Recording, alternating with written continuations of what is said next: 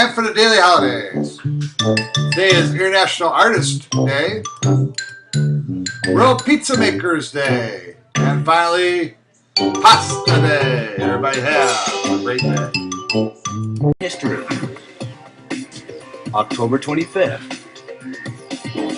In 1931, the George Washington Bridge, its main span then the longest in the world, opened to traffic. In 1970, the wreck of the Confederate submarine Hunley was found off Charleston, South Carolina. The Hunley was the first submarine in history to sink a ship in warfare. This day in 1983, U.S. and its Caribbean allies invaded Grenada. This was 6 days after its prime minister and some of his supporters were killed in a coup d'etat. And in 1881, Maria Picasso gave birth to a masterpiece.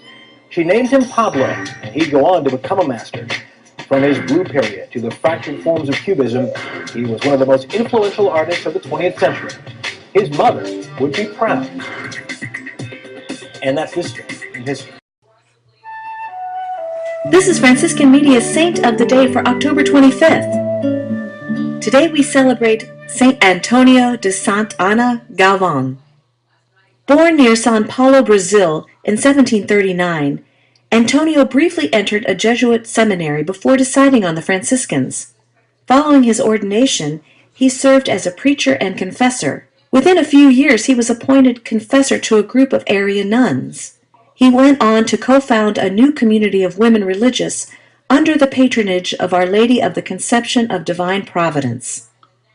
The premature death of the first superior caused Padre Antonio to take on more responsibilities for the new congregation, especially for building a convent and church adequate for their growing numbers. At his beatification ceremony in 1998, Pope John Paul II praised Blessed Antonio for working on behalf of women religious and for dedicating himself with love and devotion to the afflicted, the suffering, and the slaves of his era in Brazil.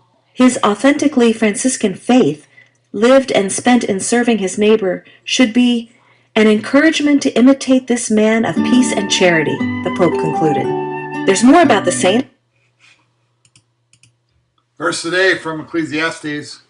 Moreover, I saw under the sun that in the place of justice wickedness was there, and in the place of righteousness wickedness was there as well.